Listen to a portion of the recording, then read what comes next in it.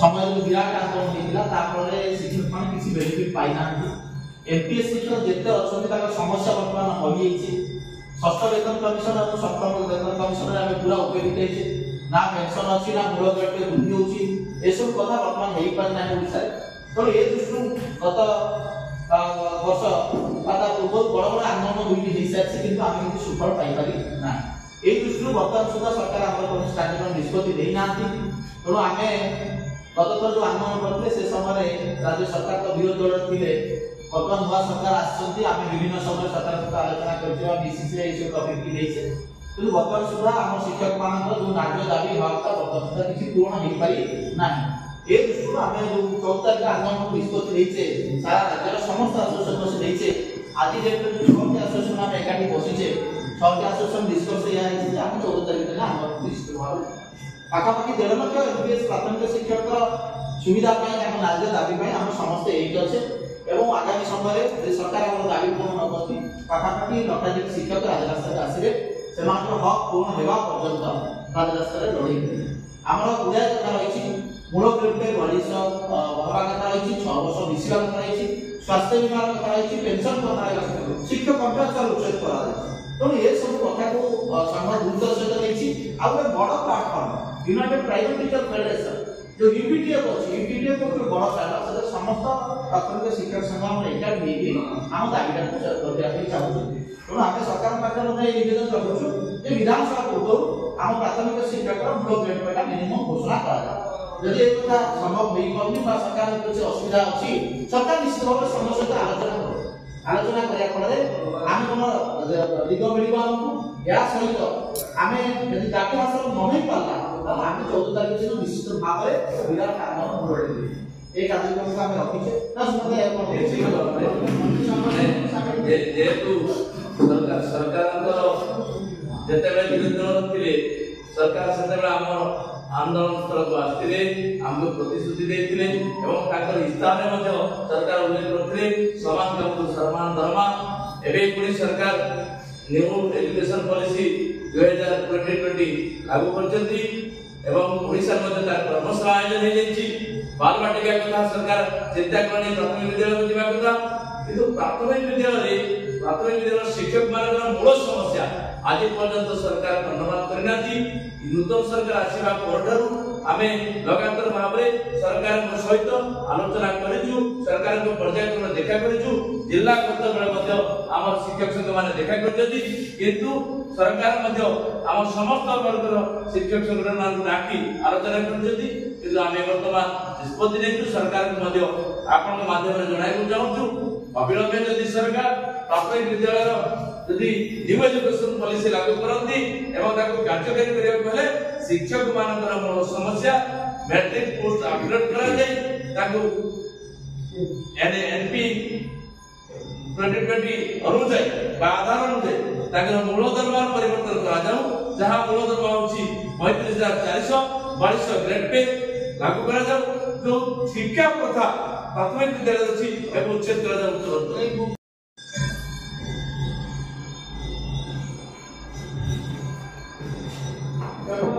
कथा से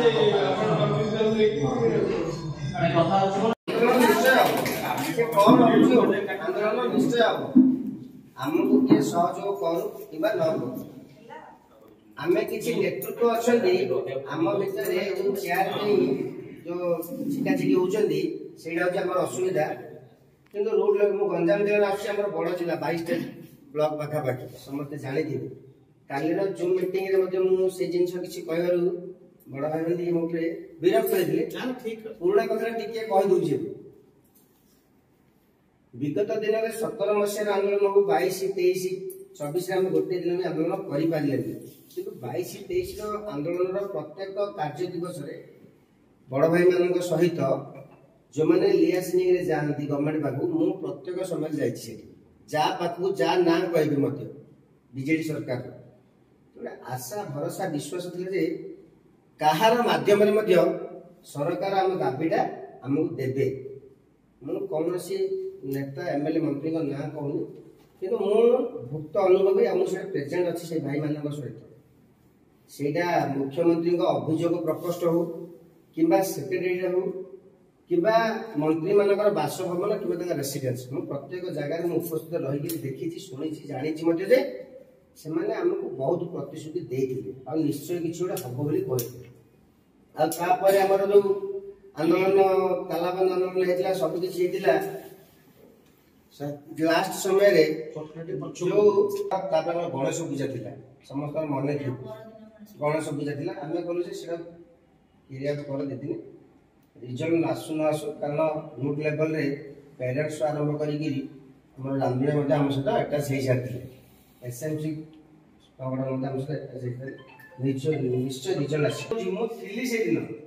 पूर्व गवर्नमेंट सहित जाइए मुख्यमंत्री अभिषेक प्रकोष्ठ ठिया तीर्थर पूर्वतन जी 5टी सचिव सी फ्रंट रही कथा सहित आलोचना होती नवीन बासभवन आलोचना होती सबुति हम निजे नवीन पट्टनायक हम कर तुम नुआ वर्ष किसी गोटे खुशी खबर पाच से नुआ वर्षटा को आड़े जाऊँगी 25 रु केते दिन जीव आज कहूँ कि ग्रहण करूँ न करूँ मुख्यमंत्री अभियोग प्रकोष्ठ में विक्रम भाई थे राजेश भाई थे चारुदी थे मुझे पाखापाखि 17टा ରୁ 18टा संगठन से आम संगठन डकरा पड़ा आम जो गलु जी दायित्व नीति प्रणव प्रकाश से बस आलोचना आम पाखापाखि 40 मिनट समय देते कहीदे विक्रम भाई कहले हो भाई आपड़ा करूँ कि न करूँ हुई कर दिखाँ तो सी एत विरक्त होते तू जानू एमती सेमती दुनिया जिन गाड़ी गले ना हेनी से जिन तू जा से मैडम को फोन लगे सचिव को कौन कथा से कहते राजेश जाऊँगा कामटा केमी करूँ गला आंदोलन में आम सरकार को डर पारे ना सरकार आमको डर दुटा जिन आपको समान लगे शुणा दुटा जिन काना परमिशन अणा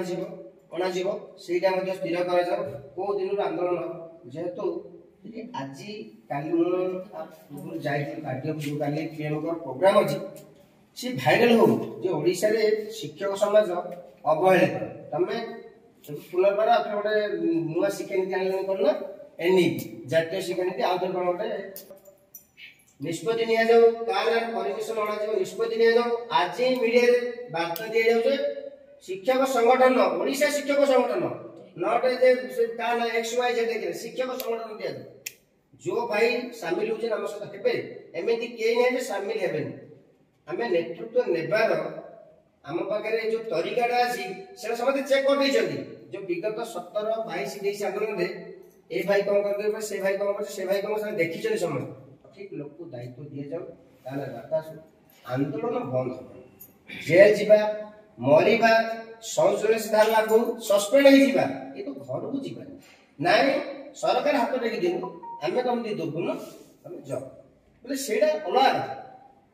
जो माने छाई आलूर खेल आम राजी पड़ानी भाई जे आंदोलन हम आम जो रूट लेवल बार्ता देके आसुचे एमती हम कि सेमती हम आ गोटे कमिटी करदे कौन कमिटी करदे किसी सेक्रेटरी नहीं किसी मंत्री आलोचना कर सब जिन सरी जामें कहीं राजी पड़ा ना मुख्यमंत्री आसतु सी निजे डिक्लेयर करूँ जे प्राथमिक शिक्षक मानकर ग्रेड पे जो 2200 थिला 2800 है कि 4200 2800 ग्रेड पे पृथ्वी कोड़ी नहीं है आप जानी थी समझ यदि खोजिए आप पे स्ट्रक्चर दुखर पथर बेसी ए मछली एमती गोटे मैंने जाऊँ स्लाब अत्यंत दुखर विषय तब से तो नुआ स्ट्रक्चर आम तो किसी करें आम आम दाबी उपस्थापना करिया सरकार पाखे तार गोटे मध्यम है आंदोलन केवल गोटे मध्यम आंदोलन आज तारीख डिक्लेयर हम ता ना आंदोलन कर डिक्लेयर हम मीडिया बार्ता जीव भाई जार जार जो सोशल मीडिया अच्छी इंस्टाग्राम था एक्स था कि आपंकर समय विराट आंदोलन होता शिक्षक मैंने किसी बेनिफिट पाई ना एमपीएस शिक्षक जिते अच्छा समस्या बर्तमान हई षष्ठ वेतन कमिशन और सप्तम वेतन कमिशन आम पूरा उपयोगी ना पेंशन अच्छी ना मूल द्रव्य वृद्धि होती सब कथा बर्तमान हो पारे ना ओडिशा तेणु ए दृष्टि गत वर्ष पूर्व बड़ बड़ आंदोलन दुईटी हो सारी कि आम किसी सुफल पाई ना ये दृष्टि बर्तमान सुधा सरकार आम स्टार्टिंग निष्पत्ति देना तेणु आम गत थर जो आंदोलन करते से समय राज्य सरकार तो विरोधी दल थे ବର୍ତ୍ତମାନ ନୂଆ ସରକାର ଆସିଛନ୍ତି ଆମେ ବିଭିନ୍ନ ସମୟରେ ସରକାର ସହିତ ଆଲୋଚନା କରିଥିବା ବିସିସି ଏଇ ସବୁ ଟପିକ କି ଦେଇଛେ କିନ୍ତୁ ବର୍ତ୍ତମାନ ସୁଦ୍ଧା ଆମ ଶିକ୍ଷକ ମାନଙ୍କର ଯୋଉ ନ୍ୟାଯ୍ୟ ଦାବି ହକଟା ବର୍ତ୍ତମାନ ସୁଦ୍ଧା କିଛି ପୂରଣ ହେଇପାରି ନାହିଁ ଏ ଦୃଷ୍ଟିରୁ ଆମେ ଯୋଉ 14 ତାରିଖ ଆନ୍ଦୋଳନ ନିଷ୍ପତ୍ତି ଦେଇଛେ ସାରା ରାଜ୍ୟର ସମସ୍ତ ଆସୋସିଏସନ ବସି ଦେଇଛେ ଆଜି ଯେହେତୁ 6ଟି ଆସୋସିଏସନ ଆମେ ଏକାଠି ବସିଛେ 6ଟି ଆସୋସିଏସନ ନିଷ୍କର୍ଷ ଏହା ହେଇଛି ଯେ ଆମେ 14 ତାରିଖ ଦିନ ଆନ୍ଦୋଳନ ନିଶ୍ଚିତ ଭାବେ ପାଖାପାଖି 1.5 ଲକ୍ଷ ଏମପିଏସ୍ ପ୍ରାଥମିକ ଶିକ୍ଷକର ସୁବିଧା ପାଇଁ ଆମ ନ୍ୟାଯ୍ୟ ଦାବି ପାଇଁ ଆମେ ସମସ୍ତେ ଏଇଠି ଅଛେ ଏବଂ ଆଗାମୀ ସମୟରେ ଯଦି ସରକାର ଆମର ଦାବି ପୂରଣ ନ କରନ୍ତି ପାଖାପାଖି ଲକ୍ଷାଧିକ ଶିକ୍ଷକ ରାଜରାସ୍ତାରେ ଆସିବେ ସେମାନଙ୍କର ହକ୍ ପୂରଣ ହେବା ପର୍ଯ୍ୟନ୍ତ ରାଜରାସ୍ତାରେ ଲଢ଼େଇ ଆମର ଗୁଡ଼ାଏ କଥା ରହିଛି ମୂଳ ଗ୍ରେଡ୍ ବଳିଷ ହେବା କଥା ରହିଛି 6 ବର୍ଷ ମିଶିବା କଥା ରହିଛି ସ୍ୱାସ୍ଥ୍ୟ ବୀମାର କଥା ରହିଛି ପେନସନ୍ କଥା ରହିଛି ଶିକ୍ଷକ କଣ୍ଟ୍ରାକ୍ଚୁଆଲ ଉଚ୍ଛେଦ କରାଯାଇଛି ତେଣୁ ଏସବୁ କଥାକୁ ସଂଘ ଗୁରୁତ୍ୱର ସହିତ ନେଇଛି ଆଉ ଗୋଟେ ବଡ଼ platform United private teacher federation जो यूपीटीएफ अछि यूपीटीएफ को बड़ सारा से समस्त प्राथमिक शिक्षक संघ हम एकाट नेकी हम दाबीटा को करबा ପାଇଁ ଚାହୁଁଛନ୍ତି ତେଣୁ ଆମେ ସରକାର ପାଖରେ ଗୋଟେ ନିବେଦନ କରୁଛୁ ଯେ ବିଧାନସଭା ପୂର୍ବରୁ ଆମ ପ୍ରାଥମିକ ଶିକ୍ଷକର ମୂଳ ଗ୍ରେଡ୍ ପଇଟା ମିନିମମ୍ ଘୋଷଣା କରାଯାଏ ଯଦି ଏ କଥା ସମ୍ଭବ ହୋଇପାରୁନି ବା ସରକାର କିଛି ଅସୁବିଧା ଅଛି ସରକାର ନିଶ୍ଚିତ ଭାବରେ ସମସ୍ତ ସହିତ ଆଲୋଚନା କରିବା ଫଳରେ ଆମେ କୋନ ଦିଗ ମିଳିବ ଆମକୁ ଏହା ସହିତ ଆମେ ଯଦି ଦାବି ହାସଲ ନ ହେଇ ପାରିଲା ତାହେଲେ ଆମେ 14 ତାରିଖ ଦିନ ନିଶ୍ଚିତ ଭାବରେ ବିରାଟ ଆନ୍ଦୋଳନ ଗଢ଼ିବୁ এই କାର୍ଯ୍ୟକ୍ରମକୁ ଆମେ ରଖିଛେ ନା ଯେହେତୁ ସରକାରଙ୍କର